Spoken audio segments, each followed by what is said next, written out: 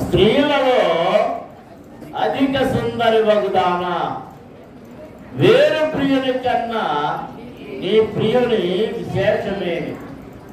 నీవు మా చేత ప్రమాణము చేయించుకొనుటకు వేరు ప్రియుని కన్నా నీ ప్రియుని విశేషము ఏమిటి? దేవునికి స్తోత్రం. హల్లెలూయా. కళ్ళ వంచండి, కళ్ళు పుస్తకం. పరిశుద్ధుడా జీవాధిపతి మీకు స్తోత్రములు. ఇంతవరకు మీ సన్నిధిలో పాడాము, స్తుతించాము, ఘనపరిచాము, మహిమపరిచాము. ఇప్పుడు మరలా మీ వాక్యమును ధ్యానం చేస్తుండగా మీ కృప దయచేయండి. నేను కాదు, మీరు మాట్లాడండి. నన్ను మరుగు చేయండి ప్రభువా. నా నాలుకను సడలింపజేయండి. నన్ను ముట్టండి, నా గొంతును ముట్టండి, నా దేహమును ముట్టండి, నా తలను ముట్టండి, నా మెదడు ముట్టండి. నన్ను మీ సిలువ చాటును దాయండి, మీ ఆత్మ చేత అభిషేకించండి. నన్ను మీ నోటికి బోరగా వాడుకొని నాలో నుండి మీ స్వరాన్ని నీ ప్రజలకు వినిపించి వేదికైన ప్రతి ఒక్కరిని ఆశీర్వదించమని యేసు నామమున అడుగుతున్నాము తండ్రి, ఆమేన్. దేవునికి స్తోత్రం. హల్లెలూయా.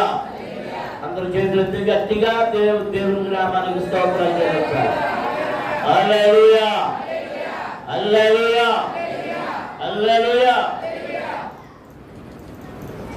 ఈమెను ఈ షోలమీతిని అడుగుతున్నారు.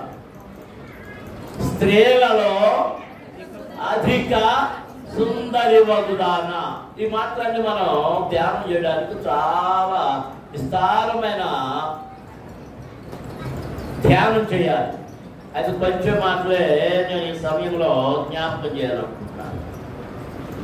స్త్రీలలో అధిక సుందరి వగుదాన వేరు ప్రియుని కన్నా ఈ ప్రియుని విశేషమేమి. నీవు మా చేత ప్రమాణము చేయించుకొనుటకు వేరు ప్రియుని కన్నా నీ ప్రియుని విశేషమేమి. దేవునికి స్తోత్రం. ఆమెను కొంతమంది అడుగుతున్నారు, నీవు స్త్రీలలో అధిక సుందరివి, నువ్వు మాతో ప్రమాణం చేయించుకున్నావు, చేతిలో చెయ్యి వేసి ప్రమాణం చేయించుకున్నావు. నువ్వు మాతో ప్రమాణం చేయించుకునే అంత విశేషత నీ ప్రియులలో ఏముంది? వేరే ప్రియుని కన్నా నీ ప్రియుని విశేషమే.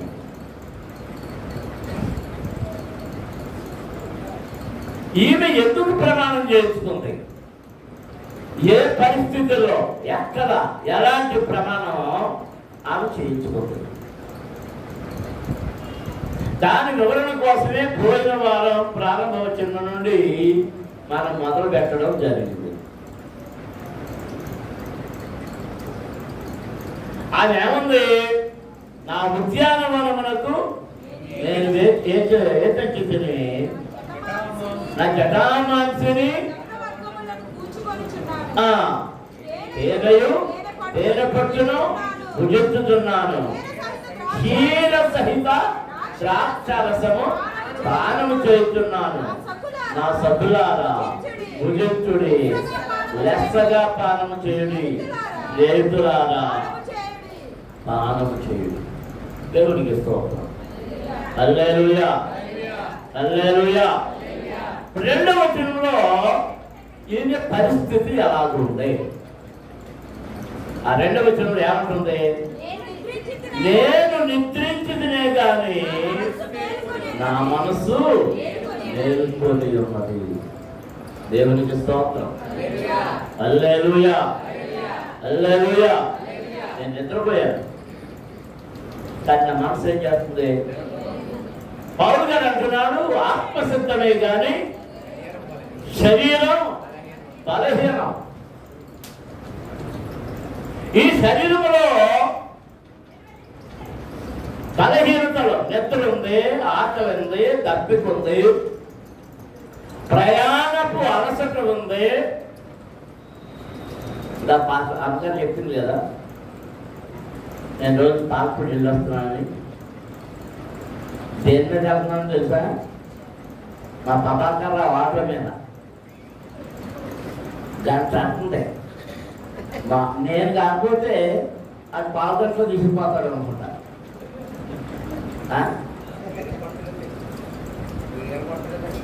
అదే మరి పావులు వెళ్ళిపోతాడు. ఎంత గంట రావటం గంట. ఆహా, రోడ్లు అంటే అద్భుతమైన రోడ్లు. నేను పేపర్లో ఏమైందంటే మనకు వెళ్ళి ప్రక్కలంక వరకు ఉన్న రోడ్లు పూడ్చారు అని, రిపేర్లు చేశారని. మొన్న మేము వస్తున్నాం, నేను కానీ మొన్న వస్తున్నప్పుడు ఇద్దరు మనుషులు ఇంతంత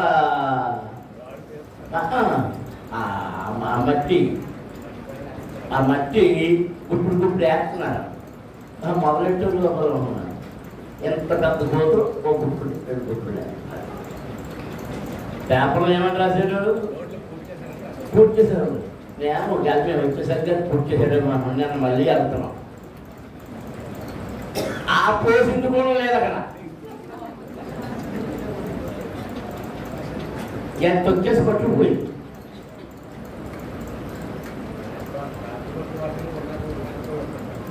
గోతులు, పెద్ద గోతులు. ఇక నా ఊళ్ళో ఉంటుందండి 4 రోజుల నుంచి బుధవారం, లక్షవారం, శుక్రవారం, శనివారం ఇక సెలవు. మళ్ళీ రేపు వెళ్ళాలి. ఆహా, పచ్చి పుండుగా తయారైపోయింది. ఇప్పుడు శరీరం ఏమైంది? బలహీన. శరీరం బలహీనపడినప్పుడు ఏం జరుగుతుందో తెలుసా? ఆవలింపులు వస్తాయి, నిద్ర వస్తుంది, సోలిపోతుంటాం, అటువారిపోతుంటాం, ఇటువారిపోతుంటాం, మనసుకు నెమ్మది ఉండదు. ఎందుకు? శరీర బలహీనత వల్ల. శరీర బలహీనత.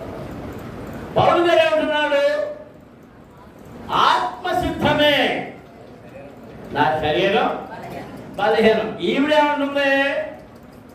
నేను నిద్రించినే గాని నా మనస్సు మాత్రం మేల్కొని ఉంది. అందరూ దేవునికి స్తోత్రం చెల్లించుదాం. హల్లెలూయా, హల్లెలూయా. ఆ స్థితి మనలో ఎంతమందికి ఉంది? నిద్రపోయినా ఆమె ప్రాణము ప్రభువును గూర్చి పాడుతూ ఉన్నది. ఆమె ప్రాణము ప్రభువును స్తుతిస్తూ ఉన్నది. ఆమె ప్రాణము ప్రభువు మీద ఆశ పెట్టుకొని ఉన్నది. ఆయన యందు తృష్ణకొని ఉన్నది. దేవునికి స్తోత్రం. అందరూ స్తోత్రం చెల్లించుదాం. దుప్పి నీటి వాగుల కొరకు ఆశపడినట్లుగా నా ప్రాణము దేనికి? టీవీ చూస్తాక, ఫోన్ చూసుకుంటాక, ఏం చూడడానికి ఆశపడుతుంది? ఎలా? ఏంటి పేరు? నవదీప్, క్యాప్టెన్ నవదీప్. ప్రాణం దేని మీద ఆశపడుతుందట చెప్పరా? నువ్వే కదా పోస్టింగ్ పెడతావు. నేను ఆయన పెడతాడో లేదు, నువ్వే పెడుతున్నావు. నాకు అర్థమైంది. మరి అదే మరి అలా తెలుసుకున్నాను కదా. అలా అమ్మ అనుకుంటుంది అంటారా? దేవునికి స్తోత్రం. నీ ప్రాణం దేని మీద ఆశ పెట్టుకుంది? తృష్టికొంది. దేని మీద తృష్టికొంది? షోల మీద ప్రాణం ఎవరి మీద ఆశ ఉంది? శరీరం నిద్రపోతున్నా ఆత్మ మేలుకొని ఎవరి వైపు చూస్తుంది? దేవుని వైపు చూస్తూ ఉన్నది. విశ్వాసి యొక్క లక్షణం అది. అందరూ దేవునికి స్తోత్రం జరుగుతున్నాం. హల్లెలూయా. నా చిన్నప్పుడు ఎదుగుతూ ఉన్నప్పుడు విశ్వాసులు ప్రార్థన చేసి ఉపవాసాలు ఉండి కఠినమైన ఉపవాసాలు కాదు, కఠినమైన ఉపవాసాలు ఉండి ప్రార్థన చేసి అక్కడ పట్టుకునే మందిరంలో ఉన్నప్పుడు ఆ నిద్రలు పోతున్నప్పుడు సడన్గా మనం వెళ్ళిపోతే చూస్తాం మీరు ఎప్పుడన్నా అన్నారా? ఎప్పుడన్నా అన్నారా? ఆ ఆశ ఉంటే కదా మనకి, ఆ ఆశ ఉంటే కదా మనకి, ప్రభు గుర్తొచ్చే కదా మనకి. మా ప్రిన్సిపల్ మధ్యలో వెళ్ళిపోతే ఆ టైగరో బైగరో ఎవరన్నా నాకు చెప్పారు, అదే చెప్పారు అదే అదే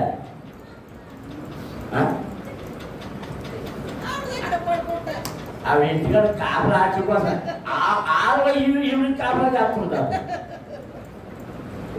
ఈవిడ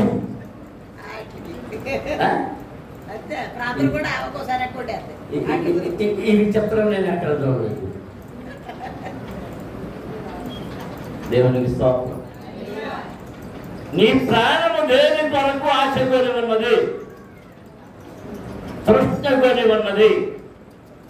ఈ స్వరం మీద అంటుంది, నేను నిద్రించుకునే గాని నా మనస్సు మేలుకొని ఉన్నది. దేవునికి స్తోత్రం. నా సహోదరి, నా ప్రియులారా, నా పావురమా, నిష్కలంకులారా ఆలకింపుము.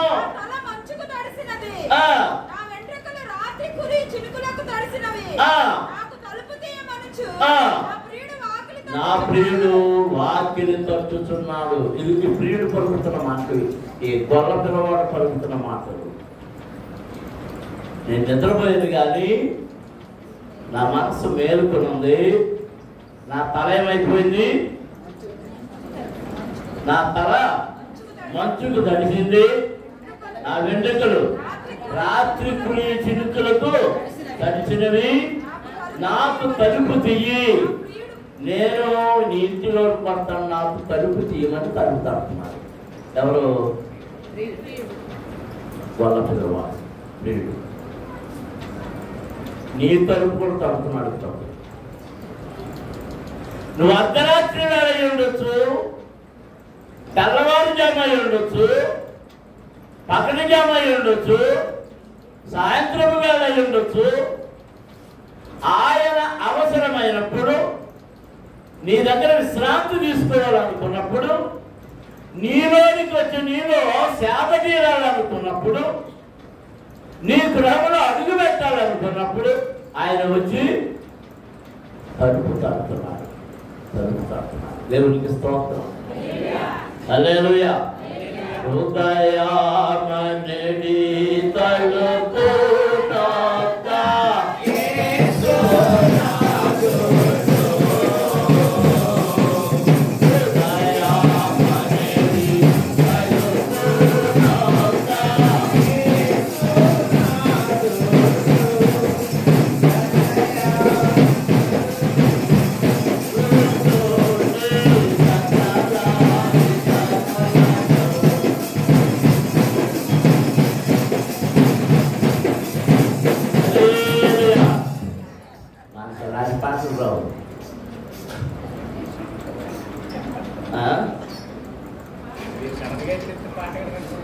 సడన్గా మరి 2 రోజుల ముందు చెప్పాలా? ఆయన ఎవరు హృదయం పడుతున్నాడంట? ఎవరు తలుపు? నీ తలుపే, నీ తలుపే, నీ తలుపే. నీ తలుపు పడుతున్నాడు, నా తలుపు పడుతున్నాడు. ఆయన ఏమంటున్నాడంటే, నా తల మంచుకు తడిసింది, నీ కోసం వెతుకుతున్నాను. నేను నా తల మంచుకు తడిసిపోయింది. ఈ రాత్రి వేళ తిరగడం వల్ల రాత్రి కురిసే చినుకులు నన్ను తడిపేసినాయి. చలికి వణికిపోతున్నాను, చలికి వణికిపోతున్నాను. తలుపుకి అమ్మా, తలుపుకి అమ్మా. ప్రభువుని దగ్గరికి వచ్చి బ్రతిమలాడుతున్నాను. సంఘమా, విశ్వాసి, నీ హృదయం అనే తలుపు ఆయన తడుతున్నాడు. నీకెన్నో మార్లు ప్రార్థనలో ఉండు, మోకరించు, ప్రార్థనలో కనిపెట్టు, ఆయన నీకు దర్శనం ఇస్తాడు అంటే నేను నిర్లక్ష్యంతో ఉంటున్నావు. ఆయన తలుపు తట్టడం నీకు తెలియడం లేదు. ఆయన నేను దర్శించే కాలము నీకు తెలియడం లేదు.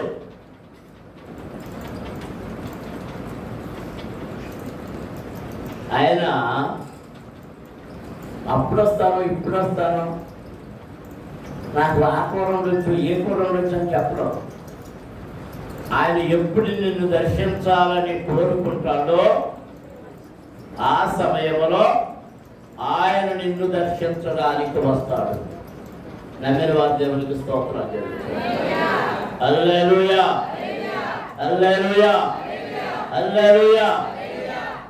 ఆయన తలుపు తడితే ఈవిడ అన్నట 3వ వచనంలో, నేను వస్త్రము తీసివేసింది, నేను మరలా దాన్ని ధరింపనేలా, నా పాదములు కడుగుకొంటిని, నేను మరలా వాటిని మురికి చేయనేలా. నేనేం చేశాను?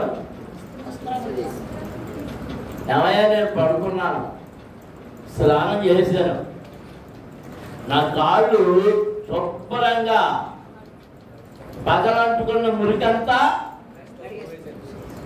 శుభ్రంగా కడిగేసుకున్నాను. నైట్ డ్రెస్ వేసుకున్నా. మరి ఏం డ్రెస్ వేసుకుంటావు? నా వస్త్రాలను ఎక్కడ తగ్గించాను? చెరపైపు తగ్గించేశాను. మీరు ఇప్పుడు నైటీలు వేసుకుంటున్నారు చాలామంది ఇంచుకు అందరూ. ఇసుకలో ఎన్ని నైటీలు ఉన్నాయి లేదా? అవన్నీ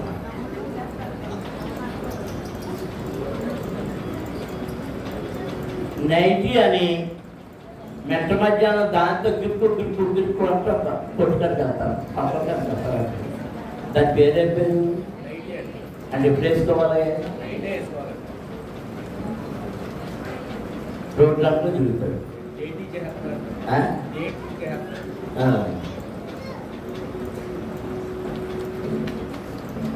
ఇప్పుడు అంటుంది, ఇప్పుడు నేను మళ్ళీ మంచం దిగితే నా కాళ్ళు ఏమైపోతాయి? 92వ సంవత్సరంలో అమెరికాకి వెళ్ళినప్పుడు మాకు గదులు ఇచ్చారు. ఇద్దరేసుకి ఒక గది. నాకు కెన్యా దేశాల నుంచి వచ్చిన ఒక ఆయనకి ఇచ్చారు, పెద్ద ఆయన. ఆ పేరు కూడా మర్చిపోయాను.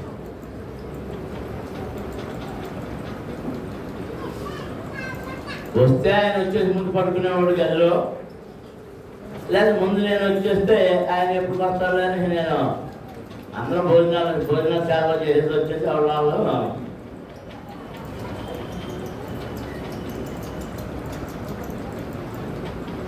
ఆ రోజు ఎప్పుడు పడుకుంటుపోతాం. పొద్దున్న లేచిన మొహం కలిగేసుకుని స్నానం చేసి అనేసి మళ్ళీ బయటకు వచ్చేసి ఏమిటి ఎప్పుడు అతను పరిశీలన చేయలే.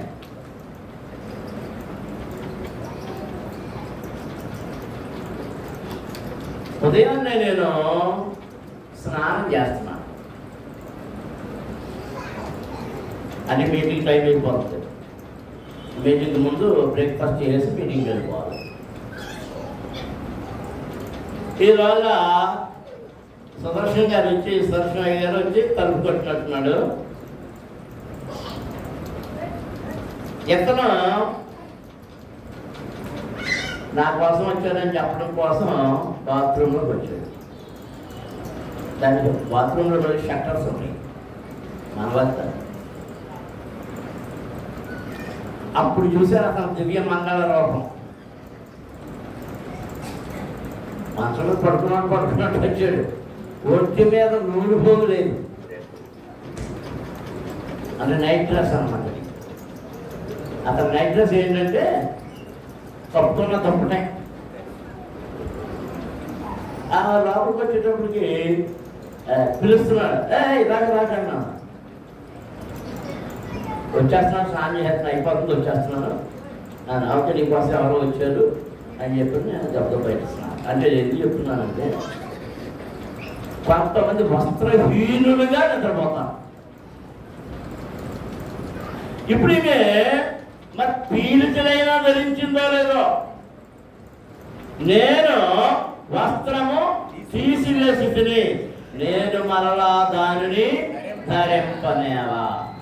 మరి బయటకు రావాలంటే మొత్తం శరీరం అంతా కప్పుకుంటారు. అంటే పనుండే ముందు ఏం చేస్తుంది?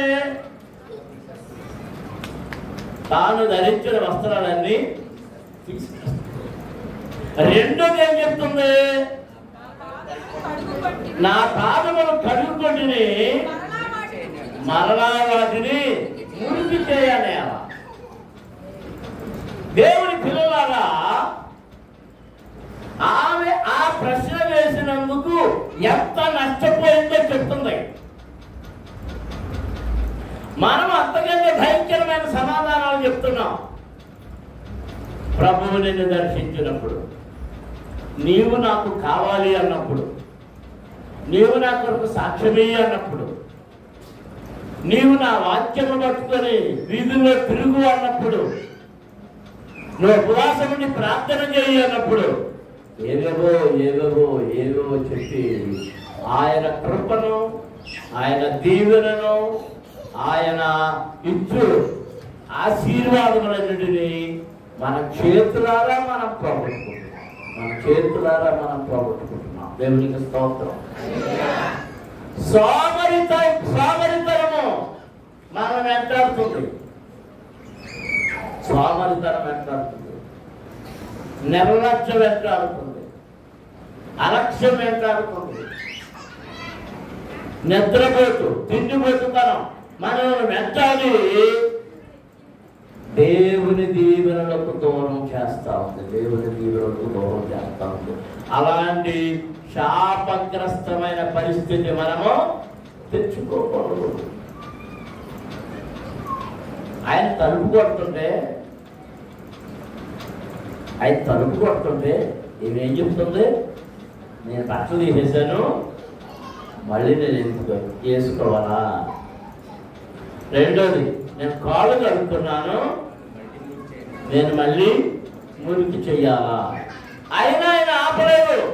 ఆయన ఏం చేస్తున్నాడు? తలుపు కొడుతూనే ఉన్నాడు.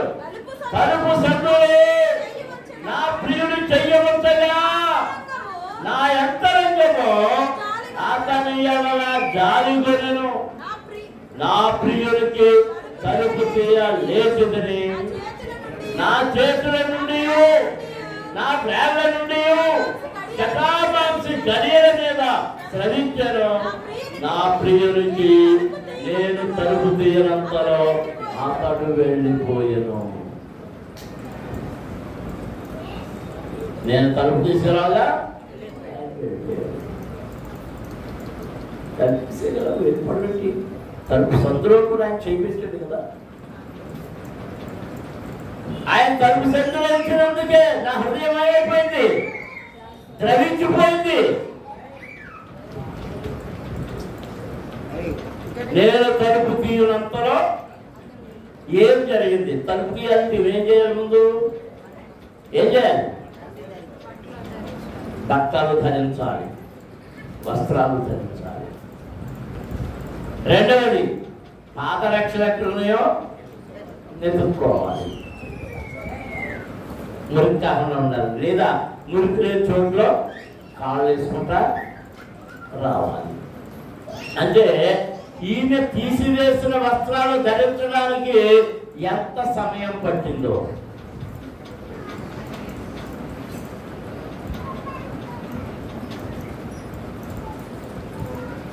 ఏదైనా ప్రయాణం పెట్టుకున్నప్పుడు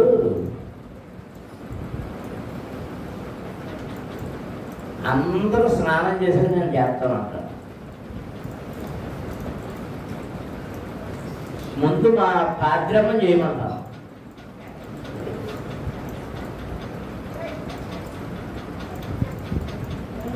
మా ఆంటీ నేను ఉంటే అలాగే అంతదే గమనం స్నానం చేసి వచ్చేస్తాయి. మాకు ఎంత టైం పడుతుంది. నేను కానీ సరే ఈయన మాటని ముందు స్నానం చేశాను అనుకోండి, నా అలవాటు ఏంటంటే ఏదైనా ప్రయాణం ఉంటే స్నానం చేసి వచ్చేసి వెంటనే బట్టలు వేసుకుంటాను. బట్టలు వేసుకుంటే కారు ఎక్కేయాలి. అందుకే మీతోటి అయ్యగారు వస్తున్నారు, మీరు త్వరగా రావాలి అని చెప్పడం. స్నానం చేసి బట్టలు వేసుకున్న తర్వాత ఇంక ఎక్కువసేపు కూర్చోడానికి ఇది లేదు. ఇప్పుడు మరి ఈవిడ మరి ఒంటి నిండా సగంగా ద్రవ్యాలు పూస్తుందేమో.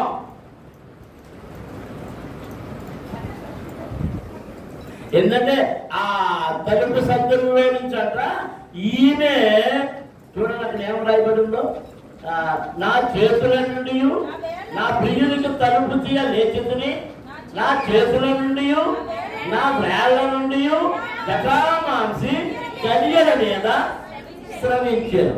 అంటే ఇవన్నీ పూసుకుంటుంది, ఇవన్నీ పూసుకుంటాయి. గంధవర్గములు జటామాంసి. ఈ జటామాంసి అన్నది సువాసన వచ్చేటటువంటి ఒక గంధవర్గం. ఇది హిమాలయాల్లో పెరుగుతూ ఉంటుంది. జిగురు, ఆ జిగురు నుంచి తయారు చేస్తారు. సాంబ్రాణి ఎరుగుదల మీరు ఎంతమంది తెలుసు? సాంబ్రాణి అలా తయారవుతుంది. సాంబ్రాణి కూడా చెట్ల యొక్క జిగురు, చెట్ల యొక్క జిగురు. ఆ జిగురు గెంజలు కింద వస్తుంది. దాన్ని తీసుకొచ్చి దాన్ని పొడవు చేసి ఇచ్చేస్తారు. ఈ జటామాంసి కూడా హిమాలయ పర్వతాల్లో పెరిగేటటువంటి ఒక చెట్టు నుండి వచ్చేటటువంటి జిగురు. చాలా విలువైంది, చాలా విలువైంది. పునుగు అనే దాన్ని ఎప్పుడైనా విన్నారా? పునుగు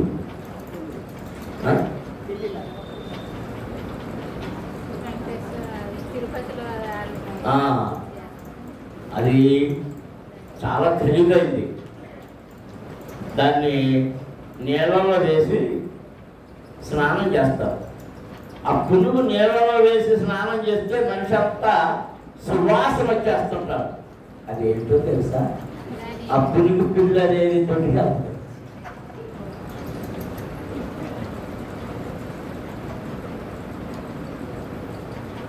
అదొట్టిగా అది ఏమొస్తుంది? మంటం.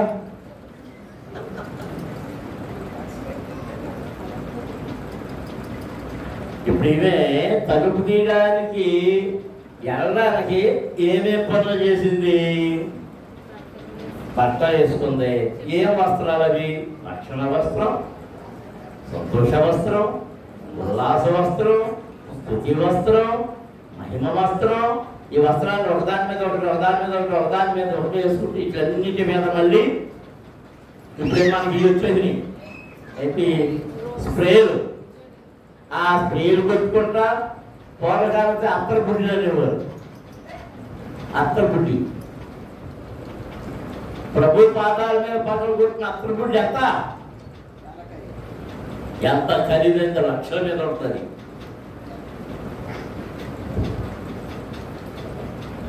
ఈవిడ ఇవన్నీ పూసుకున్నాయి. మరి ఎవరో పెళ్లి కొడుకు వస్తున్నారు కాబట్టి సిద్ధపడి కావాలి కదా. ఆ పెళ్లి కొడుకుని ఎదుర్కోవడం కోసం ఇవన్నీ సిద్ధం చేసుకుని తలుపు తీసిందంట అమ్మగారు. తలుపు తీసేటప్పుడు కనుక ఈవిడ రాసుకున్నాయన్నీ దేని మీదకి వెళ్ళి అంటే ఎంత పూసేసుకుందో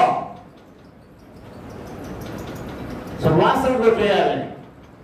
కానీ తలుపు తీసి చూస్తే ఏమైపోయాడు? అయిపోయాడు. ఎంతసేపు చూస్తాడు? నీకోసం ఎంతసేపు చూస్తాడు ఆయన? నువ్వు ఇంకా ప్రభు సన్నిధికి రాలేదని, ఆరాధనలోకి రాలేదని ఎంతసేపు కనిపెడతావు నీ కొరకు? నువ్వు ఇంకా మోకరించలేదని, ఆయనకు మహిమ చెల్లించలేదని, ఆయనకు ప్రార్థించలేదని ఎంతసేపు కనిపెడతావు?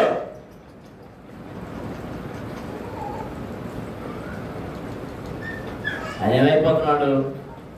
మనం ఎలా ఉండాలంటే ఆయన తలుపు తక్కువగానే తలుపు తీసేలా ఉండాలి. మనం ఆ ప్రకటన గ్రంథంలో రాయబడింది, ఈ హృదయపు తలుపును తక్కుతున్నాను, ఎవడైనాను నా స్వరము విని తలుపు తీసిన ఎడలా నేను లోనికి వచ్చి నాతో అతనితో నేను కలిసి ఏం చేస్తాం?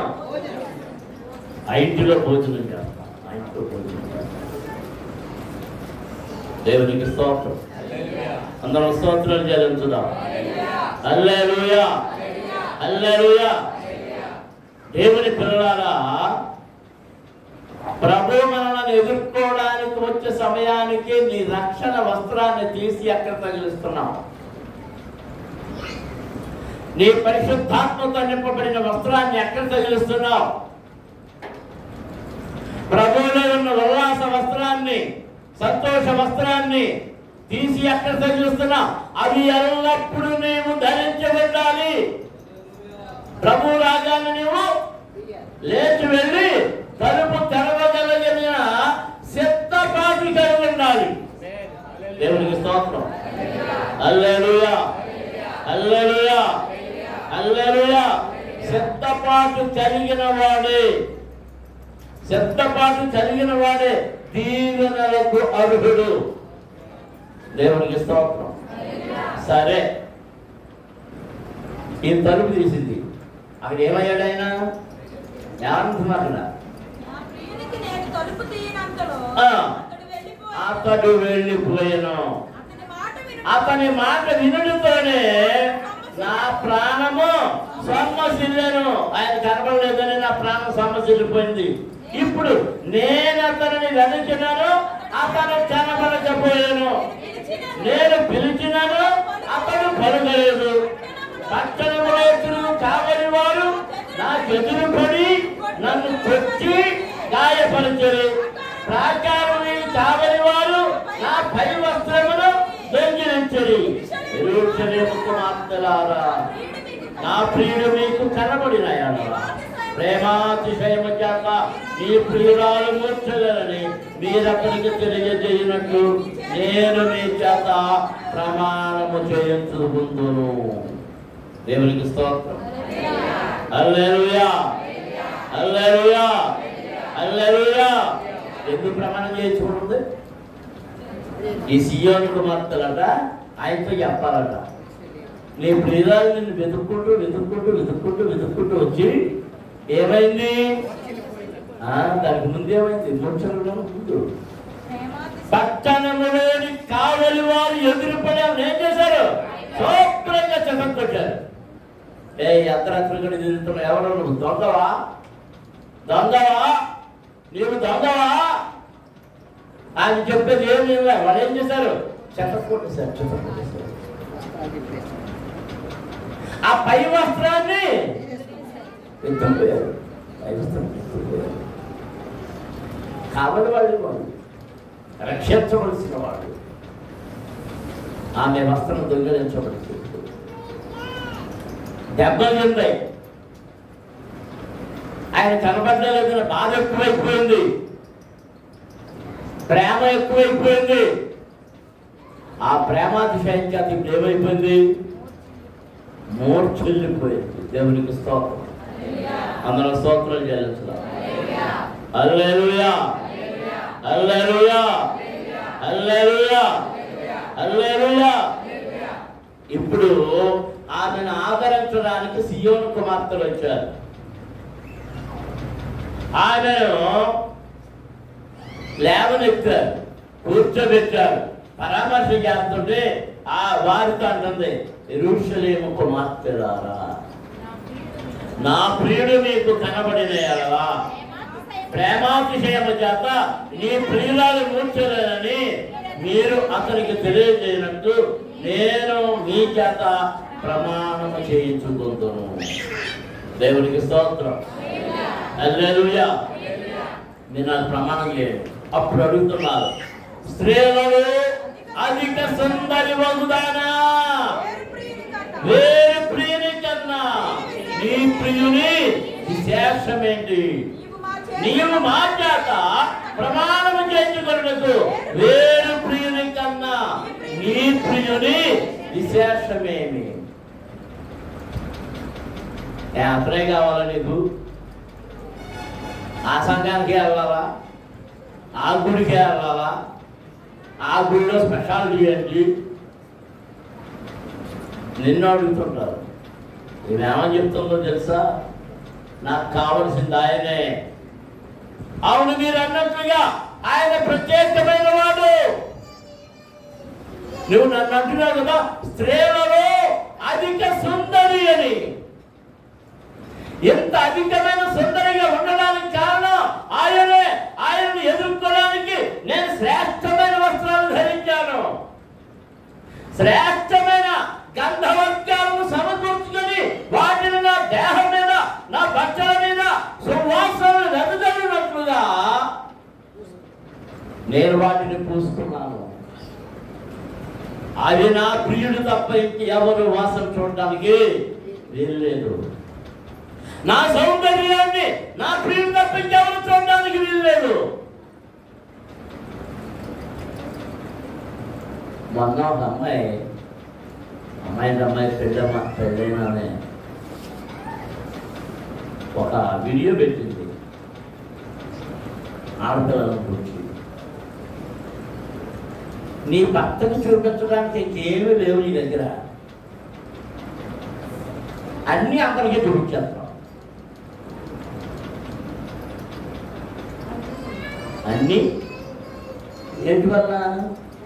ఈ ఫ్యాషన్ వల్ల. నీ భర్త ఎవరు చూస్తున్నారు? రోడ్డు పోయేవాళ్ళు అందరూ చూస్తున్నారు. నువ్వు వేసుకునే ఆ ఫ్యాషనబుల్ ఆ వస్త్రాల వల్ల ఇక రహస్యమైంది ఏది నీ బ్రతుకులో కనపడలేదు. నీకు వచ్చే భర్త ఎవరో చూడనటువంటి దేహాన్ని చూడాలనుకుంటే నీ భర్త కంటే ముందు ఎవరు చూసేస్తున్నారు? అందరూ చూసేస్తున్నారు. ఇప్పుడు ఏమేమంటుందంటే, నా సౌందర్యం కానీ, నా దేహము కానీ, నా సువాసనలు కానీ ఎవరు చూడాలి? ఎవరు పేర్చాలి? నా ప్రియుడు మాత్రమే. నా ప్రియుడు మాత్రమే. ఆయనకున్న విశేషత ఏంటని అడుగుతున్నారు. మంచిదే. ఆయనకున్న విశేషత ఏంటో తెలుసా? నా ప్రియుడు ధవళవర్ణుడు, నా ప్రియుడు రత్నవర్ణుడు. 10,000 మందిలో పురుషులలో అతన్ని గుర్తింపవచ్చును. అతని శిరస్సు అపరంజి వంటిది. దేవునికి స్తోత్రం. హల్లెలూయా, హల్లెలూయా. 10,000 మంది పురుషులలో, 1,00,000 మంది పురుషులలో, 10 లక్షల మంది పురుషులలో నా ప్రియుడిని నేను గుర్తించగలను. అందరం దేవునికి స్తోత్రం. హల్లెలూయా, హల్లెలూయా. నన్ను చాలా మంది చాలా ప్రశ్నలు వేస్తూ ఉంటారు. నాకు విసుకొస్తుంటుంది. ఏమంటే పాస్టర్ గారా, వాళ్ళు చెప్పే బైబిల్ మీరు చెప్పే బైబిల్ ఉంటాయి కదా? బైబిల్ ఉంటాయి. వాళ్ళని పెంచుకొచ్చా, మీరు పెంచుకొస్తారంటే వాళ్ళు పెంచుకొచ్చాయి కదా? ఎలా పెంచుకొస్తూ? హల్లెలూయా అన్నంత మాత్రం పెంచుకొస్తా, స్తోత్రం అన్నంత మాత్రం పెంచుకొస్తా, ఇలా ఇలా ఇలా ఎగిరారు కాబట్టి పెంచుకొస్తా. అది ఏ ఎగురుడు ఎగిరావో? డ్రమ్ములు కొట్టినందుకు ఎగిరావో? అందరూ ఎగురుతున్నారని ఎగిరావో? దేనికోసం ఎగిరావో? నువ్వు ఎగిరిన ఎగురుని కానీ, నువ్వు మాట్లాడిన భాషను కానీ పెంతెకోస్తు మేళగదిలో దిగినటువంటి పరిశుద్ధాత్మ అనుభవమా? నీ శరీరం ఉప్పొంగడం వలన వచ్చిన అనుభవమా? ఎంత తాత్కాలికత చెబుతుందో మా నాగమణి. లీనమైపోయింది వాక్యం, లీనమైపోయి దర్శనం కూడా చూసేస్తుంది.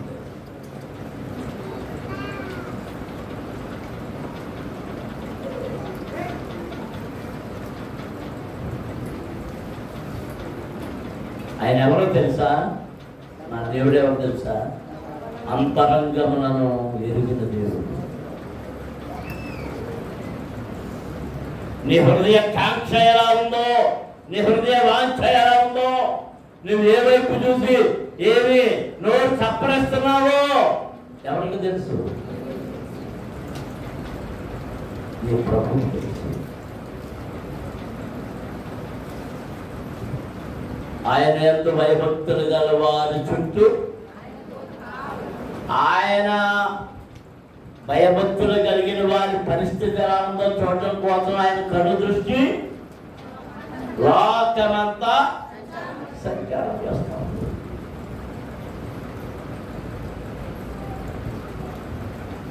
నువ్వు చాటును ఏం చేస్తున్నావో, మందిరం నుంచి బయటికి వెళ్ళిన తర్వాత ఏం చేస్తున్నావో, ఇంట్లో ఉన్నప్పుడు ఏం చేస్తున్నావో, లోపల గెల పెట్టుకుని ఏం చేస్తున్నావో, గెల తీసుకుని బయటకు వచ్చినప్పుడు ఏం చేస్తున్నావో, నీ ఫోన్లో ఎవరితో మాట్లాడుతున్నావో అన్నీ ఎవరు? నీ భర్త ఎరక్కపోవచ్చు, నీ భార్య ఎరక్కపోవచ్చు, నీ పిల్లలు ఎరక్కపోవచ్చు, నీ అన్నదమ్ములు ఎరక్కపోవచ్చు, నీ అక్క చెల్లెలు ఎరక్కపోవచ్చు, పాటిని ఎరక్కపోవచ్చు, మరి ఎవరైనా ఎరక్కపోవచ్చు. కానీ నీ అంతరంగ రహస్యములన్నిటినీ ఎరిగిన వాడు ఒక్కడే. ఆయన నిన్ను సృష్టించిన వాడు. ఆయనకు మరుగైనది ఏది లేదు. ఆయనకు మరుగైనది ఏది లేదు. దేవునికి స్తోత్రం. అందరం స్తోత్రం చెల్లించుదాం. హల్లెలూయా, హల్లెలూయా, హల్లెలూయా. నీ ప్రియుడు ఎలాంటి వాడు? నా ప్రియుడు ఎలాంటి వాడు అంటుంది? ధవళవర్ణుడు. నా ప్రియుడు రత్నవర్ణుడు. ధవళం అంటే తెలుపు. ఎలాంటి తెలుపు అంటే హిమము కంటే కూడా. హిమము అంటే మంచు. మంచు పన్ను నల్లగా ఉంటుందా, ఎర్రగా ఉంటుందా, పసుపుగా ఉంటుందా, నీలంగా ఉంటుందా? ఆ తెలుగు ఎలా వచ్చింది? ఆ తెలుగు ఎలా వచ్చింది? రెండోది, ఆయన ఎలా ఉంటున్నాడట? ధవళవర్ణుడు. తర్వాత రత్నవర్ణుడు. రత్నవర్ణం అంటే ఎరుపు రంగు. ఎరుపు రంగు. దీనికి దానికి పోలికండి. దీనికి దానికి పోలికండి. ఆయన ఎలా కనబడుతున్నాడు? ఒకటి ధవళవర్ణుడు, రెండోది రత్నవర్ణుడు. ఇదే కూడా ఉంటే అట్టన్నా ఉండాలి, లేదా ఇటన్నా ఉండాలి. మరి ఏంటి? ఆయన తల వెంట్రుకలు అక్కడ ఏముంది? కాకపక్షము వలె, కృష్ణపక్షము వలె ఉన్నవి. అతని శిరస్సు అపరంజి వంటిది. అతని తల వెంట్రుకలు కాకపక్షముల వలె నల్లనివి. ఎలాంటి?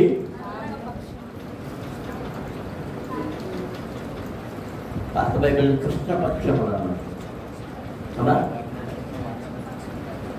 అంటే ఏంటి తెలుసా? కృష్ణపక్షం అన్నా, కాకపక్షం అన్నా నలుగు. ఆ చుట్టంతా నలుగు. ఆ చుట్టంతా నలుగు అంటే మానవుని యొక్క పాపములన్నిటినీ ఆయన భరించుట చేత ఆ పాపపు రంగంతా ఆయన మోస్తూ. రత్నవర్ణుడు ఎలా అయ్యాడు తెలుసా? ఆ సిలువలో బలియాగమవడము ద్వారా, ఆ గొర్రెవలే భజించబడము ద్వారా రక్తమంతా ధారలుగా ధారలుగా ధారలుగా పొర్లి పొర్లి పారుతుంది కరుణా నది.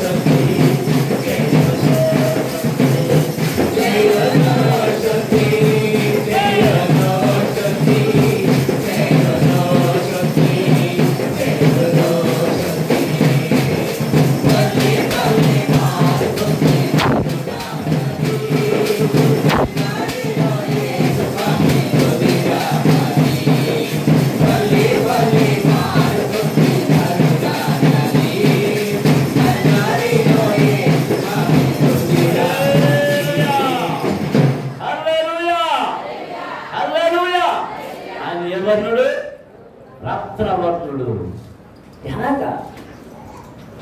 సిలువను మోసాడు. ఆ సిలువ కొయ్య మీద 3 మేకులతో గుర్చబడ్డారు. మేకులు గుర్తుతున్నప్పుడు ఏమొచ్చింది?